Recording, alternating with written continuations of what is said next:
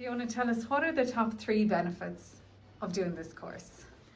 First off, time efficiencies, right? And I think that's the most obvious one is, and coming away from this course, folks can expect to be saving between 2 and 8 hours per week to AI, right? Which is significant. So even at the low end of that range, if you think about your effective hourly rate, this course will pay itself off over the course of weeks or maybe months. So that's an easy justification.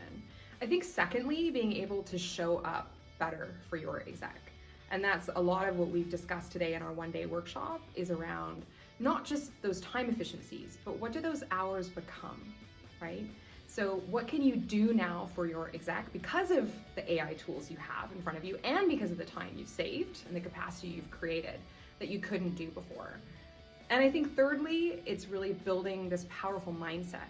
First off, that we're all builders now, right? We're in this EA as builder phase of the world with AI, which is really incredibly powerful because we don't need to rely on IT teams to bring in tools for us or to build solutions and automations for us. We can build those ourselves if we're able to just describe the problem that we have.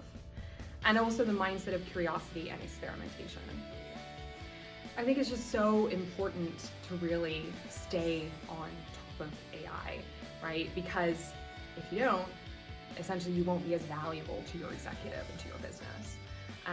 So that's why, I always encourage folks, like, listen, be the person who's on the cutting edge and who really steps up as an AI guide and guru for your exec, firstly, and in your organization, and also really embraces using these tools every day for the efficiencies you can get, because that will make you really indispensable today. And how do EAs maintain accuracy and confidentiality when using AI for executive level work especially? First, so important to really deeply understand your AI policy, right? Because it will be different for everyone. And secondly, I think if you are thinking about trying out a new tool, if you find something you think looks quite cool and whizzy and that you want to try, is just being wary of free trials. Because typically where you have a free trial, you don't have the full data privacy protection you'd have with a paid enterprise version of that tool.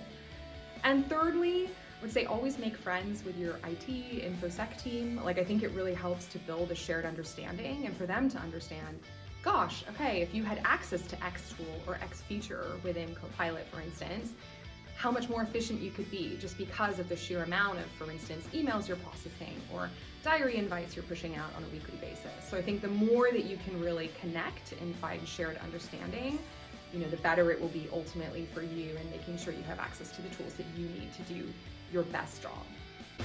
And Fiona, how soon can you come back to Dublin? Because we need more of this. I know, I'm in. I love it here. I love Irish people as well. And I will spend all the time I can out here. So we'll definitely do it again as soon